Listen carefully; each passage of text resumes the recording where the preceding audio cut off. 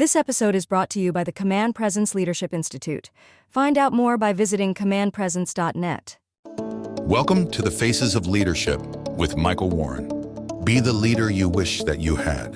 Hello, everybody, and welcome to the Faces of Leadership podcast, where we believe that leadership is about two things. It's about people and it's about actions. We talk with leaders from across society who are stepping up to do what they can, where they are, with what they have. The question is, what can we learn from them? What can we learn from each other as we strive to be the leader that we wish we had? Hello, everybody. My name is Michael Warren, and I'm your host, and we appreciate you being with us today. And I want to start today's episode by thanking our guest from last week, Michael Cantrell, as we sometimes call him, Prison Mike, for taking us into a place that most of us have never been and never hope to go.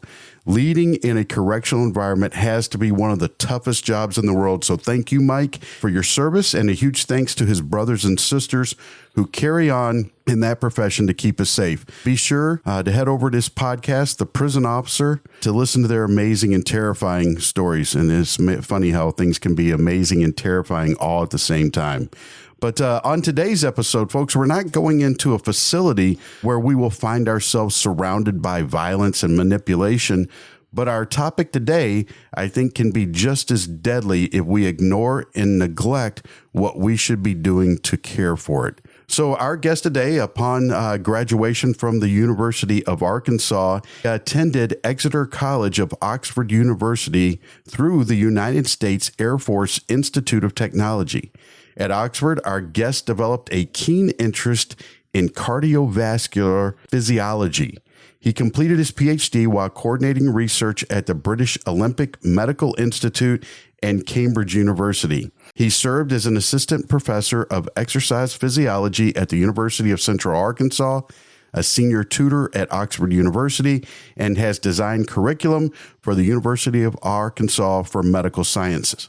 In 2017, he co-developed Sigma Tactical Wellness, which is an organization intent on determining the causes of and reducing the prevalence of coronary disease in law enforcement officers throughout the United States. To date, his program has screened more than 10,000 police officers, and the derived data and methods are being used across the nation to save countless lives. Everybody, please welcome to the podcast, Dr. Benjamin Stone. Welcome to this podcast, Doctor. Mike, thanks so much for having me. It's truly an honor to be here with you guys. Hey, Doctor, it's one of those things. I like to talk to smart people because, for a couple things. Number one, they know a lot more than me, but also it's a challenge for me to try to learn more and to be better. But I do have to ask you, what was it that drew you to the cardiovascular physiology, all those big words? What was it that drew your interest while you were going to school? You know, Mike, honestly, it's one of those things. It was the only thing I was good at. You know, I mean, the science and mathematics of my education just sort of seemed to fall into place. English, not so much. You know, and so the arts, if you will, and the social sciences, it never really clicked for me. But you know, you put me into a physiology course or an anatomy course or something to do with the human body and sort of figuring out the most effective means and modes of operation. That for me was that's something that always drew me. And I was blessed with a scientific mind. Although my wife might disagree with that being a blessing, I find it a blessing. And it was something I really wanted to try to parlay into public service through whatever means possible. Well, it's interesting to me because the heart is such an important part of the human body, and we integrate the word heart into so many things. You stole my heart, or let's get to the heart of the matter. Those things right there. For it to be as important as it is, I think there is a lack of understanding of how important it is in many cases. Yeah. As you started down that pathway, what were some of the things you found about the heart that you were like, man, that's something people really should know? Man, I'll tell you, it's the simplicity of it, Mike, to be fair. I mean, your heart's like a house, man. It's got plumbing and it's got electrical. And you can have plumbing problems and you can have electrical problems, but it's very rare that your plumbing problems cause electrical problems and vice versa. And so it's something for me that I gravitated towards just based on obviously the importance of cardiac physiology to longevity and general performance. You know, but for me, there's certain circumstances where you develop an interest in one tissue system or, one organ system. And for me, I tell you, cardiac physiology was just something that always interested me as an athlete, especially my earlier days. I rode for a couple of different cycling teams, both in the United States and in continental Europe. And so paying attention to heart rate, paying attention to heart rate variability, paying attention to recovery patterns, paying attention to, heart rate training zones, all that for me sort of, kind of centralized my focus in the medical sciences towards the cardiac physiology side. And naturally, with anything that you're interested in, you want to understand how to improve it and then also how to troubleshoot it. When something goes wrong, how do we diagnose that? How do we understand the mechanisms at play when it doesn't work the way we want it to? And that sort of led me to where we are today in working in public safety. It's interesting to me that in the technology we have today, we have information about our cardiac health available to us regularly. I mean, through people's wristwatches. And, I just bought a bed a few months ago that every morning I get a notice of what my heart rate was during the night. Yet it still seems like there is a vast misunderstanding of heart health, unless you're talking about elite athletes who understand the importance that the heart plays in their performance in their chosen sport, or it's on the treatment after a cardiac event has occurred. Have you found that since you got into this field, that middle is where we can make the most difference, yet there's been very little, I don't want to say focus, because I think scientifically there's been a lot of focus there, but there hasn't been a lot of practical application by the end user, by people like me, to ensure heart health. Yeah, and it's just the good old case of paralysis by analysis, and we're inundated with information and no one really knows what to do with it. And then furthermore, I have people that come to me all the time and they say, hey man, I worked out, and I'm not a personal trainer, but, I remain to be very active, and health and wellness is a huge part of my life and a passion. But I have people that come to me and are like, oh, I worked out today at 165 BPM for 45 minutes. And my next question is, okay, what did that do for you? And then they look at me like, well, I don't know. I like the number. Exactly. I mean, it was hard. I did a lot of sweating, I'm sore.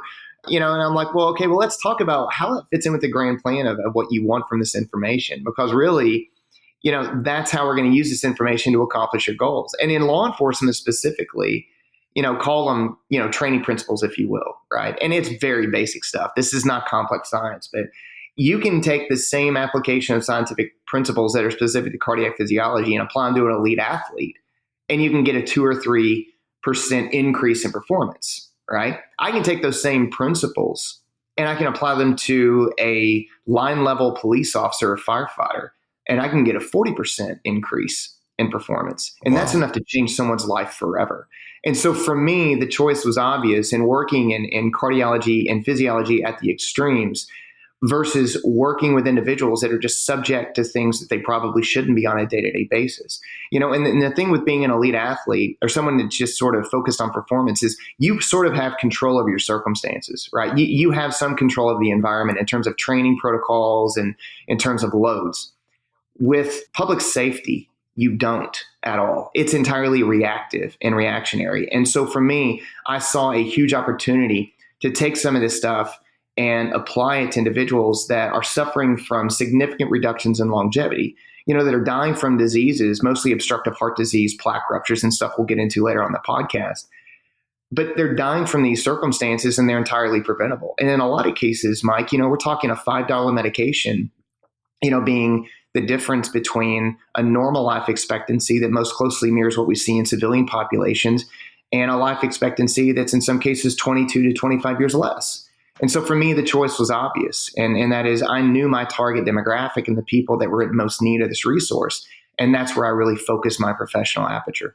Would it be an accurate description of what you found? Was it when you're talking about elite athletes, that 2 to 3% increase that's required because those are the margins they're working with. Yeah. But when you're talking about a 40% increase, that's life changing. And more importantly, it could be life saving. Absolutely. Yeah. And that's, for me, much more satisfying than, a gold medal. And of course, was I working with Olympic level athletes? I was at a point. Most of my career, at least in the early phases where my education was derived, was working with fighter pilots, working with people that, have to stay visually acute, very spatially aware. My specific detail was high altitude aircraft egress. And so it's what's going on inside the body in terms of cardiopulmonary function that can be at risk if you have to eject out of a wounded vehicle at or above 10,000 feet. And so, for me, we were working with, very young, very fit individuals. And so a 2 to 3% improvement in performance was hardly noticeable, right? But again, going back to when we talk about applying those same types of principles, maybe not the exact principles in and of themselves, but the same approach to our 30 and 40 something law enforcement population that's on some level of leadership that, is just surrounded by reactive circumstances, that is suffering from sleep disruption, coping mechanisms, stress injury.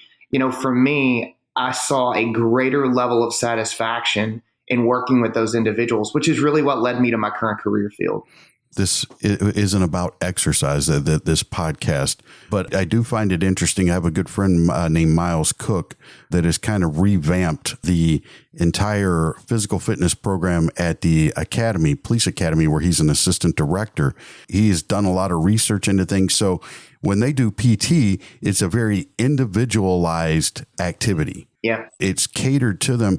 But I think there's also an aspect that in public safety and even in the military, in many cases, because of the way we train, and I understand the way we train, but because of the way we do it, we associate exercise, physical activity with punishment. Yeah. If I view something as punishment, the likelihood that I'm going to continue that activity throughout my career, I think it goes down.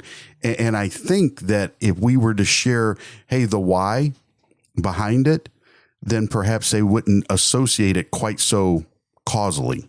Yeah. And it's interesting you say that in terms of the punishment. I have people that come to me all the time, the law enforcement and fire service. And part of our assessment involves what's called indirect calorimetry, which I don't want to go into that because we'll be here all day. I'll go down a rabbit hole and you'll never pull me back. But we do respiratory gas collection, which is, if you've ever seen a Nike commercial, someone running on a treadmill with this mask on their face and a hose coming out of it. Right. And it's measuring VO2, it's measuring a lot of different things, right? The way we look at that information is not necessarily based on performance, but it's based on, are you deriving your energy from fat or are you deriving your energy from carbohydrate, right? And that's the way the human body functions, is you can burn diesel and gasoline at the same time. And that's a real advantage in a number of circumstances that some of our more distant related cousins out there in the zoological world don't have. And so for humans, especially in law enforcement and fire service, when you look at such a high rate of obesity, it's clearly an issue. And so we do a lot of weight optimization study, and putting people in the driver's seat of their own health is incredibly important. But going back to what you were saying in terms of just encouraging activity, people come to me and they're like, okay, I'm supposed to work out in this zone for this period of time. And they think, well, I'm just going to go run or whatever. And my first question is, well, I mean, if you don't like running, you don't have to run. You can swim. You can ride a bike, you can walk, you can hike, you can ruck, you can do all these things that maybe bring you a greater sense of enjoyment. It shouldn't be punishment. It should actually be something you look forward to doing. And when we're able to break down those barriers with people and help them understand that, hey, listen, this should A, be effective, and B, it should be enjoyable, the light goes on. And then suddenly they see incredible results, And so that's very satisfying for us, and something that's honestly quite addictive. It's that realization that just because my PT instructor at the academy really liked to run doesn't necessarily mean that that's the only option available to me to achieve 100%. What is needed. Yep, that's exactly right. Well, you brought up something, and I loved your analogy that you can burn diesel and gas at the same time, and I've never heard it put that way. Again, I think it's the way in which stuff is presented to people. It's presented as, hey, carbs are bad, or they're good. You know what I mean? It never has that disclaimer or that qualifier that explains the long-term or the deeper meaning behind it. 100%. And it goes back to what we were saying a minute ago, and that is, what's your goal here? Is your goal to run a faster 5K, or is your goal to lose 30 pounds? Because the approach to activity is going to be entirely different, right? And when you understand the systems that underwrite performance, and again, when we think performance, we think of a skinny lady in an aerobics class, right? I mean, we don't think Right. about just Yep. improving the efficiency by which you operate per your goal, whether it's to be a more effective agent of law enforcement or it's to, run a faster marathon. All those things have to be quantified because the approach will differ. And so it's interesting the way you put that, Mike. And I appreciate you saying, I've never heard someone put it quite like that. That for me that's a huge compliment because we try to be innovative in our approach. So, Mike, that brings me to, kind of the other side of my passion, and that's education, because that's really what we do. We have some very complex diagnostics, but we try to explain it in the way people can understand and cling to that, such that, and I find this within fire safety and in law enforcement, they love understanding. They love understanding the why behind it. So it's not so much the directive. They can handle that themselves. It's understanding what's going on in the background and what's in their sphere of control. And if you can make that connection, you're almost guaranteed success with a patient. And that's something for us that, I've had people sit down in front of me, just having the conversation that you and I had about the difference between burning fats and carbohydrates at rest as a function of metabolism. And I've had grown men in front of me with tears in their eyes that have struggled with weight their whole life. And they're like, why didn't someone explain it to me like this? My reaction is, I don't know. And I'm sorry. We didn't really understand it like this until about 5 or 10 years ago. But the fact that you know it now, you can leave here today and start doing things that will manifest in a change in what that scale says tomorrow. And people absolutely love that. And for me, if you could bottle that up and put it in a pill form, I would overdose on it, because that is the part of my job that is just absolutely addictive. The moment of realization, the light bulb moments are truly an addictive part of any type of training or education system. But I do want to ask you this. When you said that implementing these things can result in a 40% increase in performance for people in law enforcement and fire service, what does a 40% increase in what does that look like? What does that include for the people who get into the program and follow its tenets? I'll tell you, it can be the difference between having a heart attack at age 45 and then achieving a normal life expectancy of 79.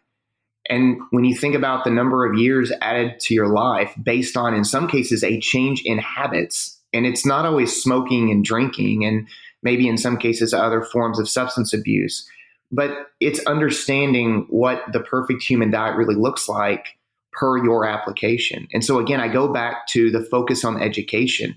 We use education as a lever to move a very large stone, and that's, of course, behavioral patterns. And so if you can explain to people using their own individual physiology as the object, if you can explain the human body in terms of their presentation, their individual presentation, there is no limit to the effect that you can have on that individual in terms of improving longevity. We see these law enforcement officers, especially, that are in terrible physical condition, but they don't even know where to start. Yeah, they want to. I sound like my grandfather when I say this, and I've never said this. You can't swing a dead cat. I'm sure you probably heard this. It's the worst analogy ever. Pardon me for saying you can't swing a dead cat without hitting 4 or 5 people that want to lose 5 or 10 or more pounds, and the effect that would have on law enforcement. It's not just cardiac, it's biomechanical. I mean, when you think about workers' compensation claims, the majority of their claims come from lower back injuries, hips, knees, things that are affected by going from a static position to a dynamic position very, very quickly, over and over and over.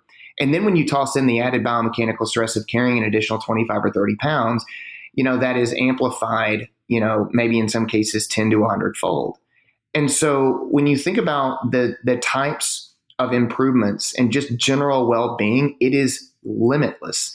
And we're not even talking about what's going on in terms of cardiac physiology in the prevention of the onset of heart disease. In some cases, we're talking about complete prevention. In other cases, we're talking about a delay to the point where we can actually diagnose it, prevent it by an intervention, whether it's pharmacological or maybe even an invasive procedure like a stent, or in some cases, like in severe cases, a bypass surgery, to prevent that individual from dying from something that should not claim as many lives as it does. It's interesting when I'm listening to you talk about this, because I think there's one thing universally people in public safety are looking forward to, and that's retirement. The two things that need to come together to have an enjoyable retirement are physical health and financial health. Yeah. And yet I think that we're in both cases that they're looking for someone to say, I need you to tell me how much I need to invest each paycheck to get me to where I want to be. You know, what do I need to invest it in? But they go about it kind of haphazardly, and then often they're lacking that financial health. But it's the same thing with their physical health. Like you said, you know, what does a diet, what does an appropriate diet look like? I'm waiting for someone to sit there and say, hey, you need to be eating this kind of food and these quantities at this regularity. And it just seems to be lacking. Oftentimes financial health and physical health look a lot alike, and it looks like a train wreck. Absolutely. And, you know, the thing like with financial and physical health, it all starts with a goal, which financially people can get by and they understand that. You know, I mean, if I was your financial advisor and you said, Ben, how much money do I need to put back every month? I'd say, well, what do you want to do? You know, what's your goal? Right. And when people come to us and they say, hey, listen, you know, I want to go through your program, the first thing you ask is why? Well, I want to live longer. Okay, let's talk about that, right? Let's work backwards from I want to quote live longer, right, to where you are now. What's that look like? Do you have a family history of heart disease? Do you have a family history of cancer? Do you have, you know, maybe some other metabolic disorder that runs in your heredity, like high blood pressure or hyperlipidemia? And it's all algorithmic from there, you know, and that's the beauty of the human body is they're all the same. You know, and they respond to the same inputs. We just have to fine tune that based on what these individuals want. And in law enforcement and fire service, it seems to be, I want to drain the pension system dry. Right. Exactly. You know, I want them to change the rules because of me. Exactly. Right. And I understand that completely. And so, you know, I took a step back from that professionally and took my own advice. And I said, okay, I want to help these ladies and gentlemen drain the pension system dry. Well, the number one cause of death is heart disease. Okay, so that's one. How do we fix that? Well, the current standards of heart disease detection are terrible. They're all civilian derived. They were conceptualized back in the mid-1970s in the Framingham Risk Score. They've been updated a few times since then, I think most recently back in 2008. But a lot of these systems that are in place do not look at risk through the lens of occupation. And I wanted to start a company that does. And that's exactly how I sort of work backwards to where we are now with Sigma Tactical Wellness. If that isn't taken into account, then you're missing part of the equation, aren't you? Yeah, you're missing a big part of it. And I mean, I think a lot of people start companies, you know, based on, well, I just want to be successful. Okay, well, I don't know anyone who says I want to be unsuccessful. No one says that, right? There's got to be something else there. You know? Yeah, but it's kind of like, because I wrote down here, length of life, in my opinion, isn't enough.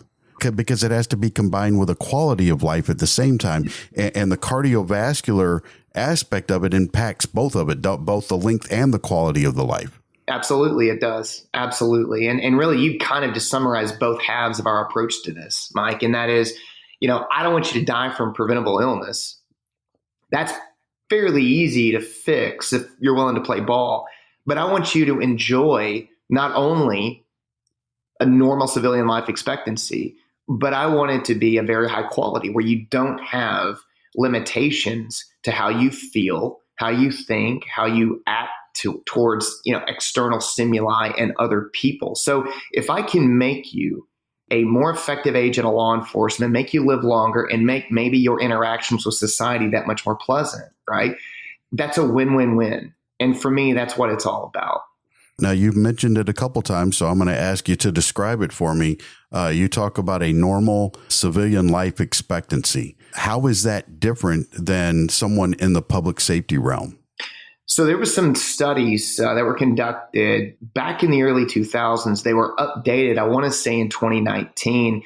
And there were some really foundational mortality COD studies. Dr. Violani is really kind of the godfather of public safety epidemiology. And he's very famous for some mortality studies and all-cause mortality studies at that. And there's a lot of evidence to support that there is a 22-year discrepancy in life expectancy from members in public safety. Furthermore, the U.S. Department of Labor Pension Program reported, I want to say back in 2015, don't quote me on the date, that there was an 18 to 60 month life expectancy on retirement for members of public safety. 18 to 24 months in law enforcement, 60 to 72 months in fire service and other sectors of first response. And that is absolutely shocking to me. And when I start my presentations, the one thing that I always say when we talk about these statistics and the conclusion of these mortality studies is, give me another occupation where this kind of data is acceptable. And the room is absolutely dead silent. Now, I think if more people knew that, Mike, I think that there would be a more concerted effort and a more consolidated approach to preventing this from happening.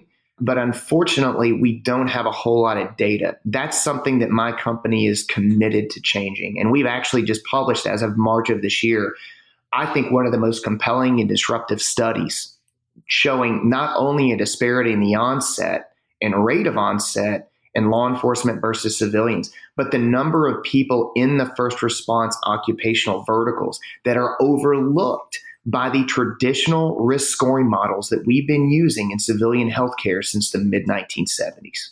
You said some really deep things there, so I want to walk through them for just a second to make sure I understand them. Number one, what I'm hearing is that people in public safety from an actuarial standpoint are very good on the pension side for pension providers, but very bad on the life insurance side because they're likely to die young. So if you're running a pension system, you want a lot of people from public safety because they're not going to draw from your war chest very much, but you don't want to insure them. Yeah, so we work with some workers' compensation companies out there and some insurance companies that have actually covered our product as a pre-approved benefit based on the ROI they're seeing. And it's interesting, they don't share a lot of the information with us because we are a vendor, but Right. we have great relationships with our points of contact in those companies. And so on occasion, they will drop a gold nugget on us. And as of late, I was speaking to one of our points of contact and one of our workers' compensation partners in the beautiful state of Colorado. And he said, we insure municipalities. It's not just police officers, right? It's everyone in the municipality. 41 cents out of every dollar is paid towards a claim generated by a cop. And I got to thinking, wow, that is a massive amount of money.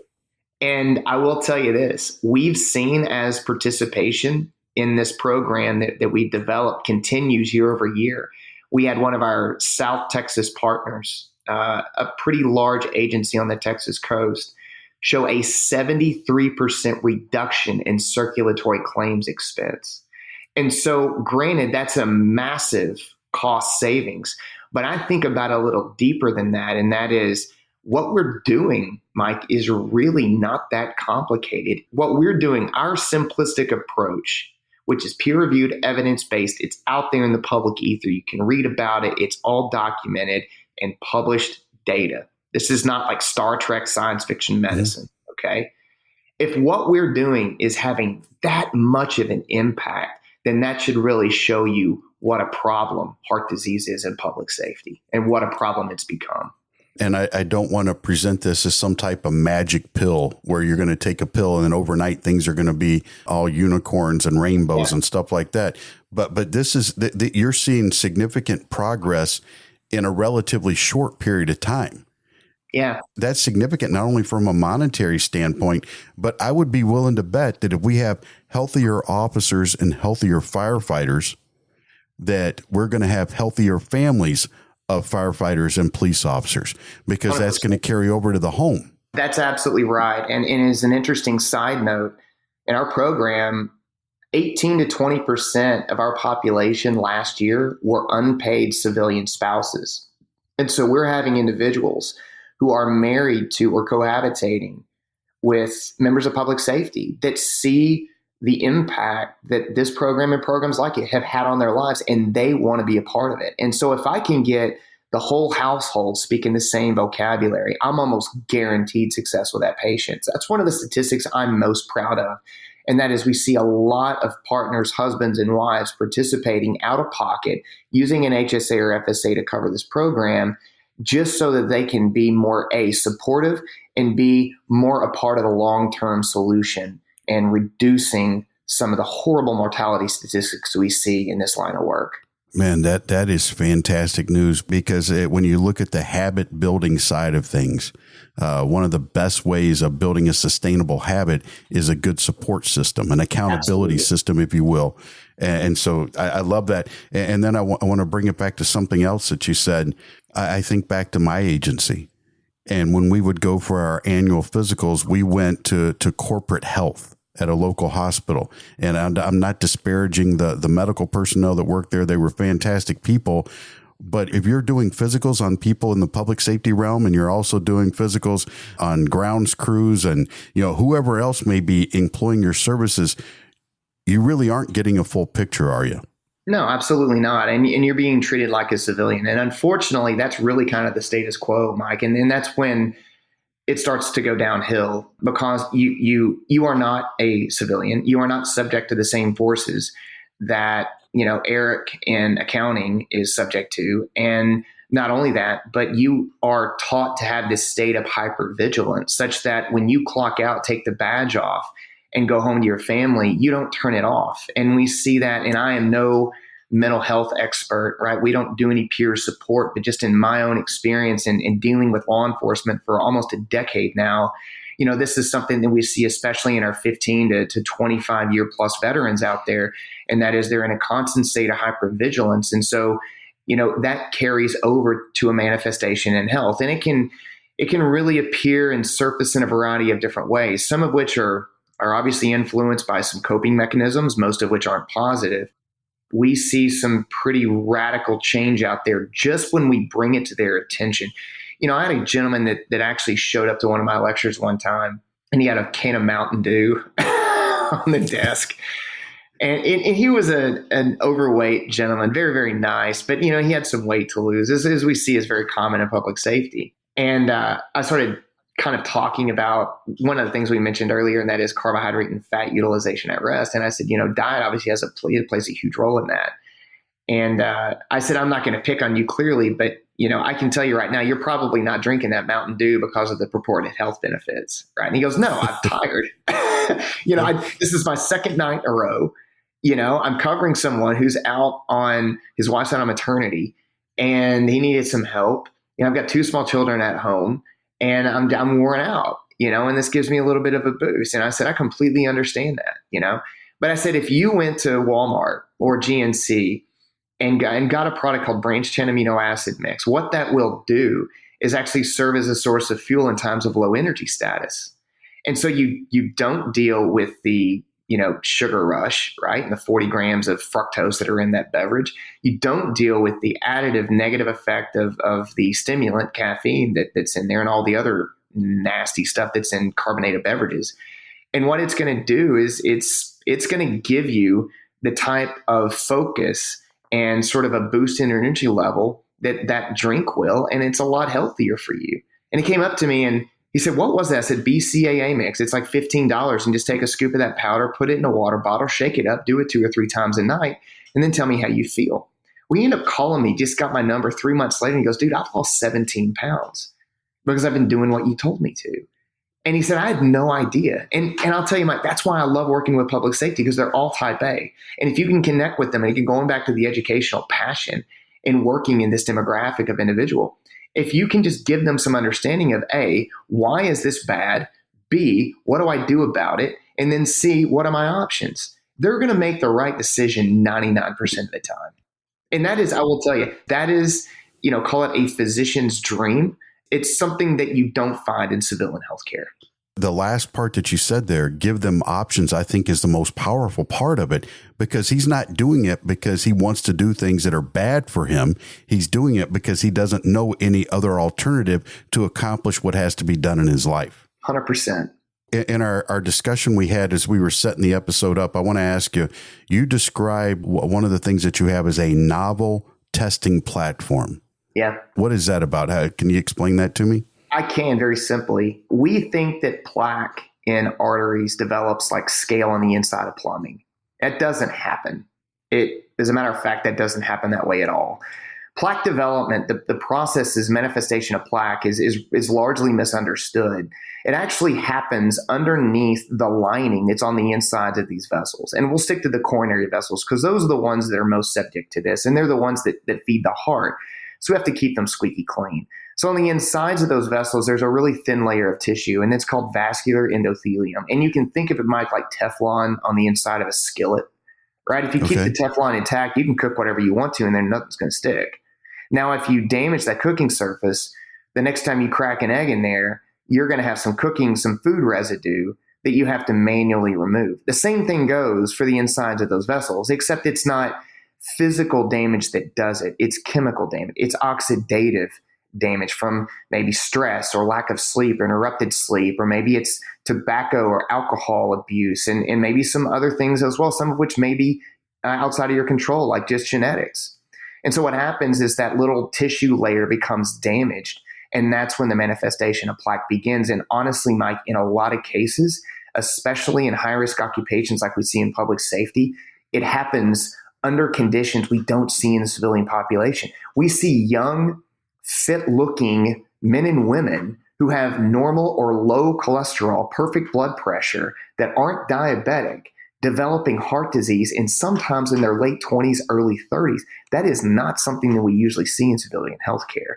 And so when you're using those traditional risk scoring, those platforms of traditional risk scoring that we see in private sector, they miss these individuals. They simply fall right through the cracks. And so these individuals are at risk for developing plaque. In some cases, they are already developing soft, unstable plaque that's prone to rupture, which is a major problem. But what makes it worse is they'll go through a municipal physical, right? That's sort of surface level, that's based on the 1970s Framingham risk technology. And we're telling these individuals they're at low risk.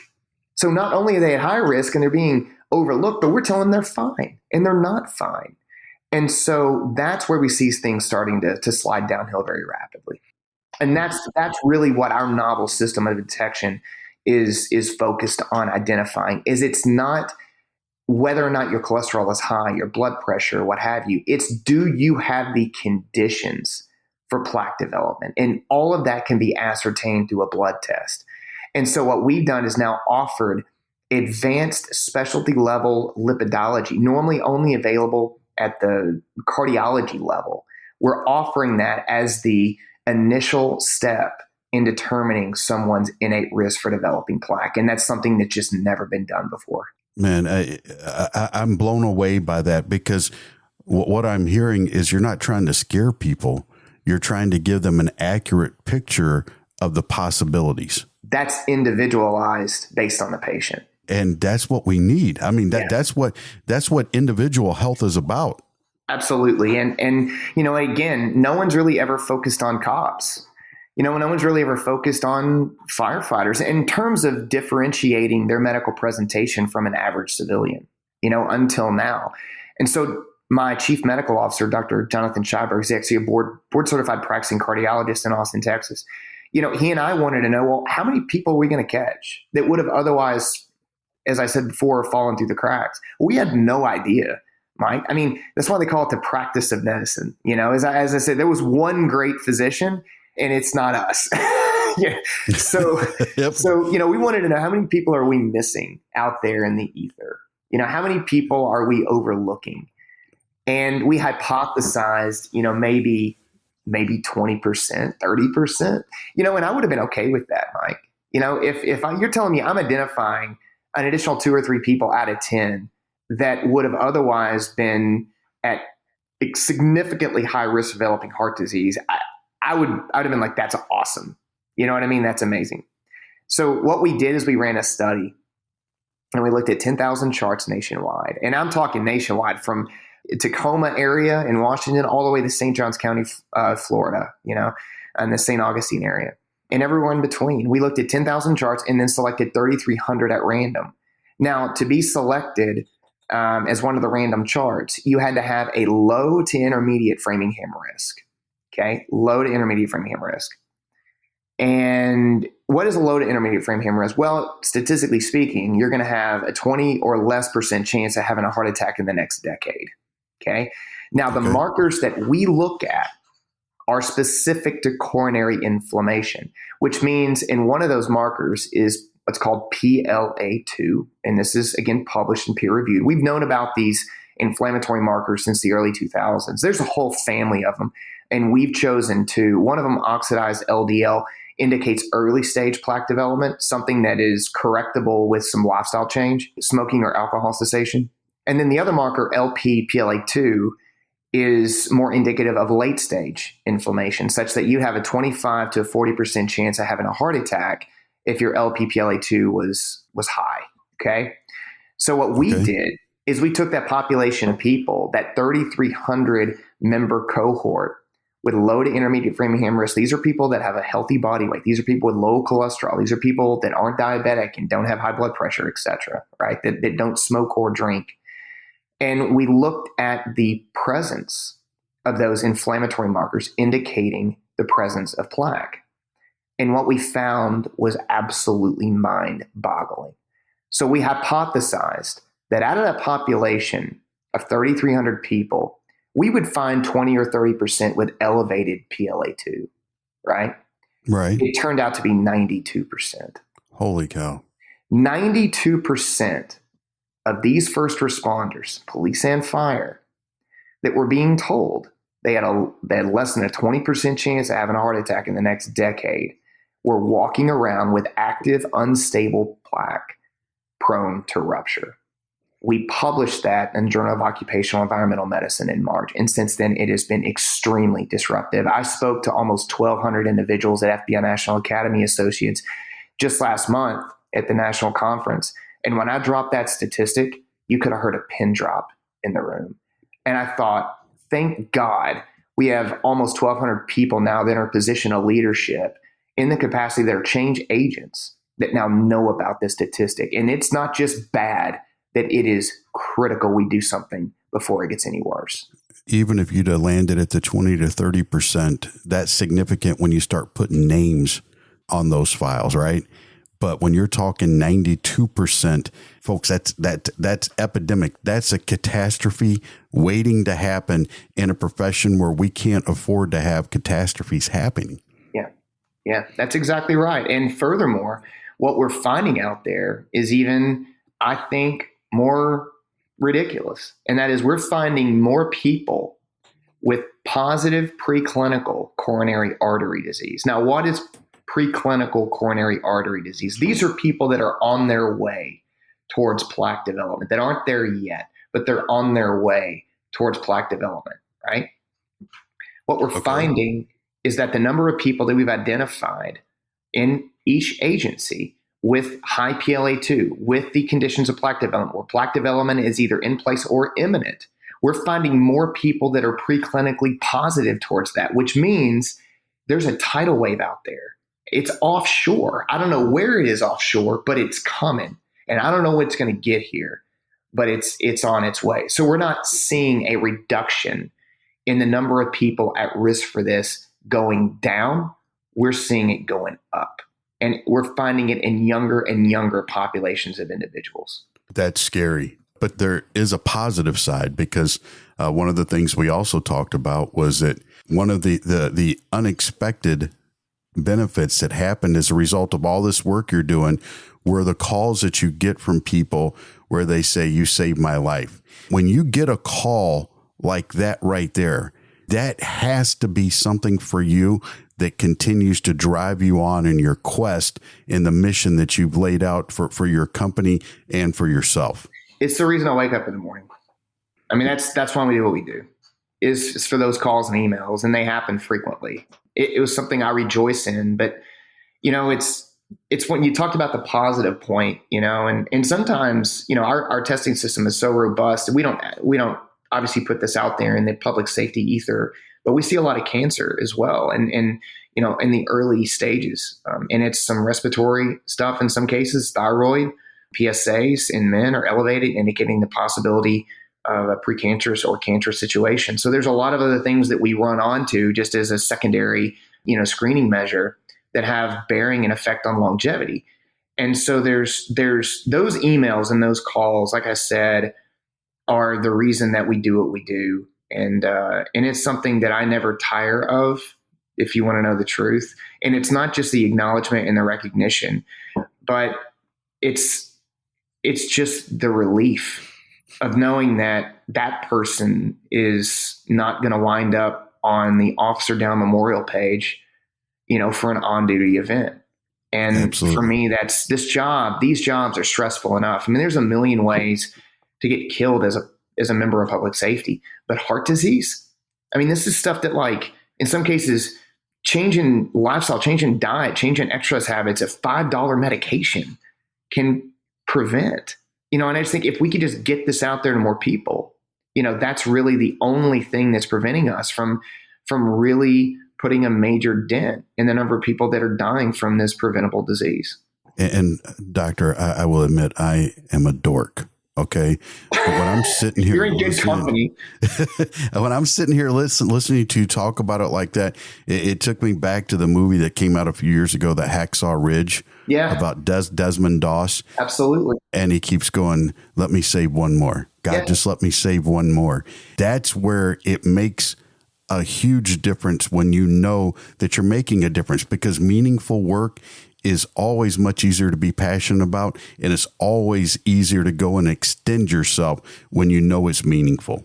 Absolutely agree. Yeah. And for us, this is the whole reason we got into it. I mean, you talk about being a dork. I mean, I stay awake in class, and that's basically the reason that I got to where I am. I mean, that's, and I enjoy the educational process. And, for me, I remember watching a movie as We Are Marshall, and it's Matt McConaughey flick, and, native Texans. So naturally there's some kindred feelings towards him and all native Texans. But, his character in that movie was Jack Langell.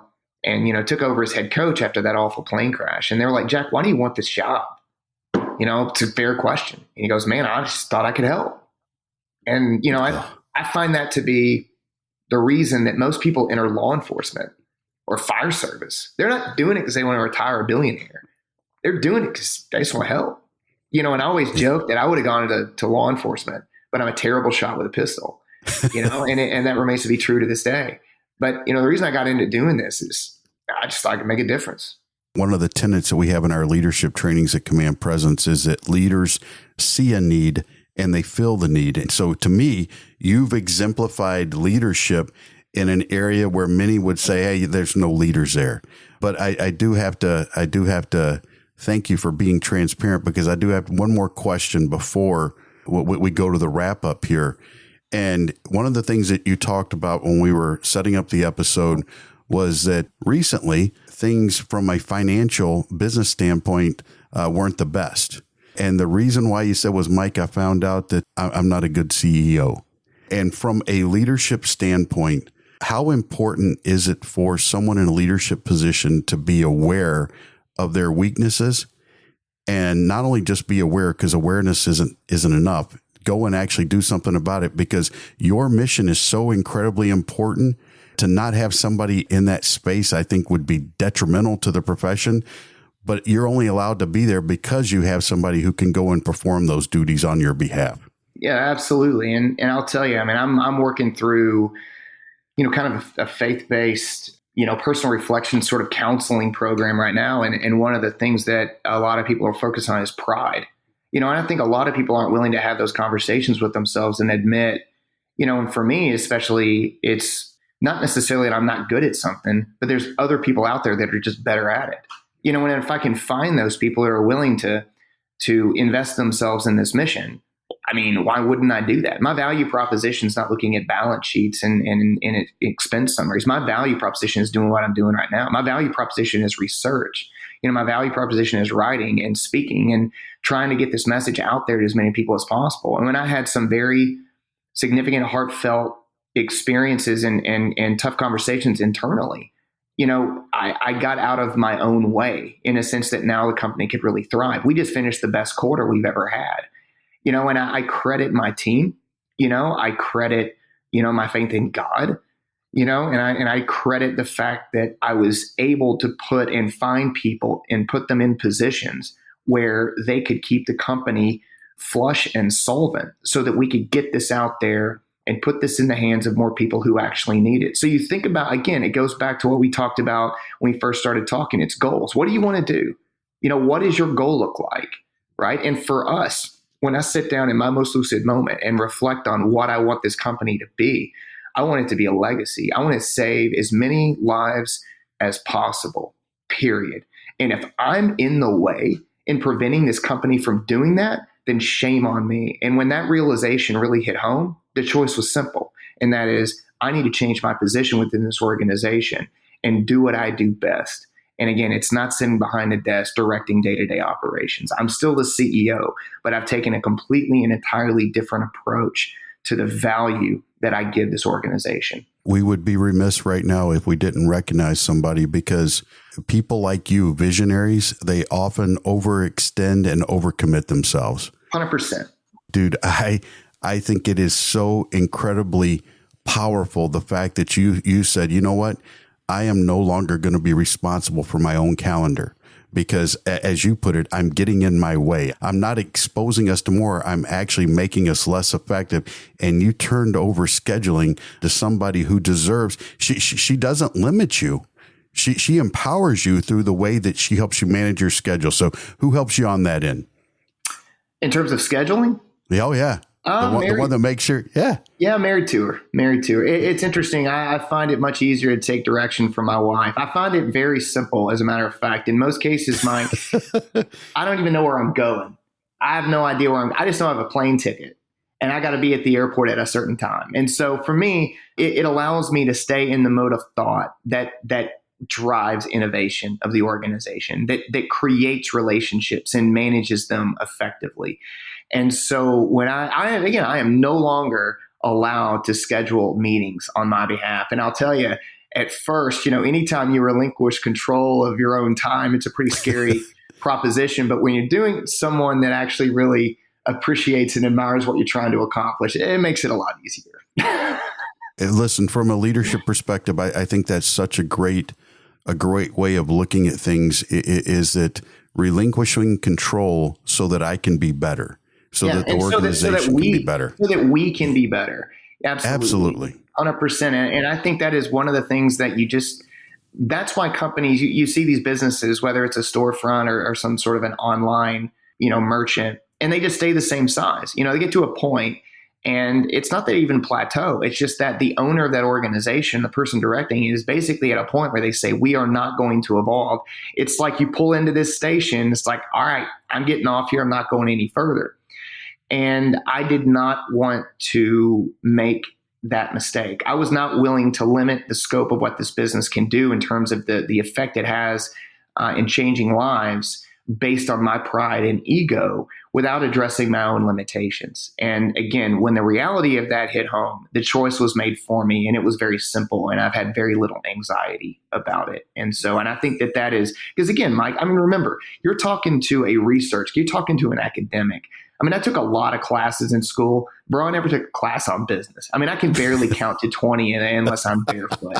And so I'm just here to tell you right now that, I don't think with a business mind. I think with the mind of an innovator. And at the end of the day, our motivation is the individuals that we serve. And I want to do everything I can to not limit our capacity to do that. Man, that's powerful. So as I do on all our episodes, I just want to give you my key takeaways, and we do it while we're recording so that you have the opportunity to correct me if I'm wrong, if you're good with that. Absolutely.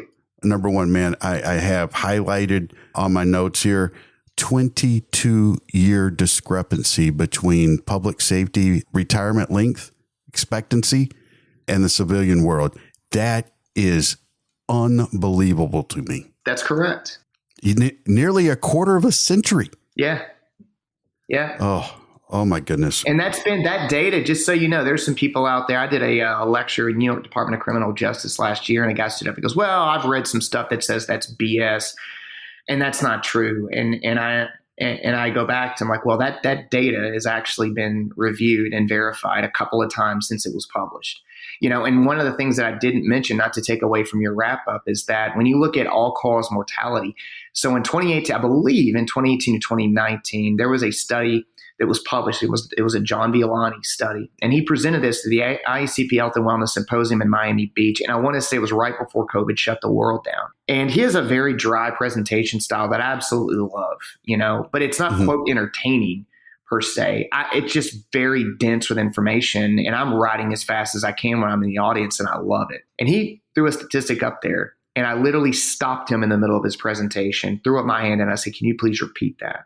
I believe in 2018 to 2019, when he looked at all-cause mortality of premature death in public safety, 71% of those deaths were cardiac in nature. And that absolutely blew my mind. That's heart-wrenching to me. It is. See what I did there? Heart-wrenching. But it's devastating. Yes. Because those are my brothers and sisters we're talking about. Correct. All right. Next takeaway. Organizational health from a leadership perspective is nearly impossible without individual health. If you want to improve the health of the organization, in many cases, it needs to start with the individual health. That's exactly right. The other thing from a leadership perspective, man, you want to reduce workman's comp issues and costs because everybody's short-staffed, right? So we can't afford for anybody on the team to be sitting on the bench. If you want to do that, this is one of the best mechanisms for addressing it. That is exactly right. And we've seen some proven and vetted economic outcomes data. Now, we haven't been doing this very long, but I will tell you, the next mission is looking at a longitudinal outcome study so that we can see just how many people we have affected by giving them access to these advanced diagnostics. Once we have that information, our goal is to create our own Framingham risk score, but for members of public safety. Wow. And that brings me to the last takeaway, buddy, because in law enforcement specifically, we often talk about based upon the totality of the circumstances. And in this case right here, part of the totality of the circumstances is novel testing, as you described it, that is career or profession specific because the totality of the circumstances really do demand it because it's a different situation. 100%. And, it's interesting you use that term. That's actually an Air Force term, totality of circumstance. and that's really kind of how we approach our screening is we don't just do one diagnostic. We do a lot. And it creates a three-dimensional picture, which gives us a lot more clarity and ability to give someone more personalized information and feedback about not only their, adopted risk, but also the most effective means of intervention. But this absolutely comes down to the individual. And when you treat these individuals like individuals, the outcome you get in terms of putting them in the driver's seat of their own health, they are great about following up. If we send someone to a clinician, there's about a 95% chance they're going to go. And so it is a great opportunity for us to work with a population that wants this kind of information, that needs this kind of information, that has been craving this type of information because they see these circumstances happening around them and it scares them to death. I can tell you based upon what your hypothesis was on a review of those charts, the random review of charts, and what you actually found, honestly, it scares me. Crazy. If somebody's listening out there and they want more information about Sigma Tactical Wellness, is your website the best place for them to go? It is, yeah. It's www.iamsigma.com. And we'll make sure that we include that in our show notes for our audience. Dr. Stone, man, I can't thank you enough for being here today. What you have shared with us it has the potential, if people are willing to do something about it, to be life-saving. So thank you for the work you do and for sharing with us today. It's truly an honor. Thank you so much for your time. And for our listeners out there, thank you for joining us today. If you enjoyed this episode, and as always, we say we hope you did. And folks, I hope you're paying attention. And even if you're not part of the public safety profession, regular checkups with your doctor to ensure that you are doing things correctly and that the body is operating as it should be a mandate for you. Be sure to follow the podcast on your favorite podcast provider. You can also find this episode and all previous episodes on our website at commandpresence.net/podcast. Be sure to check us out on LinkedIn. We share a lot of information there. And as we mentioned last week, we are also now over on YouTube. Be sure to head over and subscribe. Be looking for some additional content coming there. Remember, as you go throughout this next week, be the leader you wish you had.